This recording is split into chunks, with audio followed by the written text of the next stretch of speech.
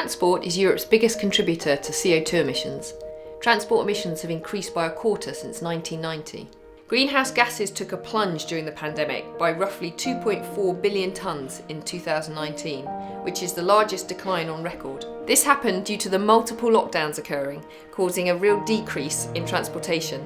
Less flights leaving the country, less car trips to work, as well as buses, trains and cruise ships.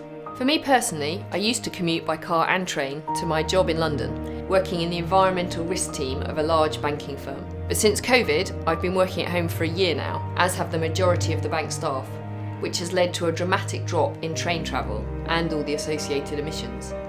Previously, many flights were happening. In Heathrow in 2019, there were 475,800 flights.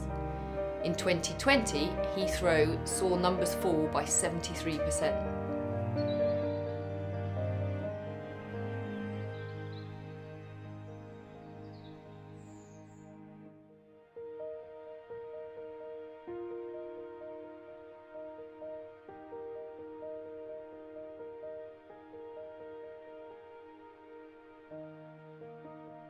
Before the pandemic, I used to travel 3 or 4 times a month, mainly to Asia, but sometimes the US as well. So it was all long haul.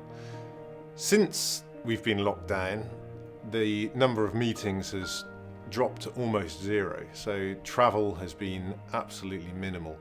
Similarly, commuting to work even has dropped to zero.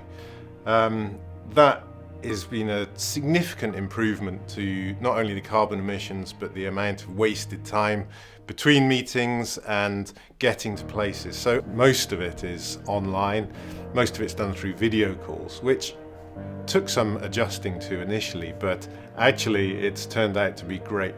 Everybody's adapted extremely well and business really just goes on as normal. Communication between teams has been a little harder, but we've adapted to that and everything is working fine.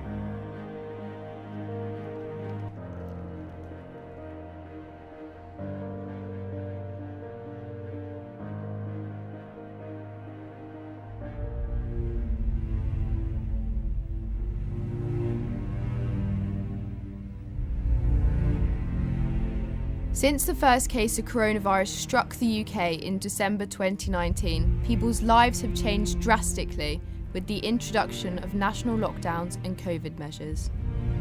People are travelling less, nature is thriving, and global warming is decreasing due to the estimated 12% reduction in carbon emissions. This is how the pandemic saved our environment.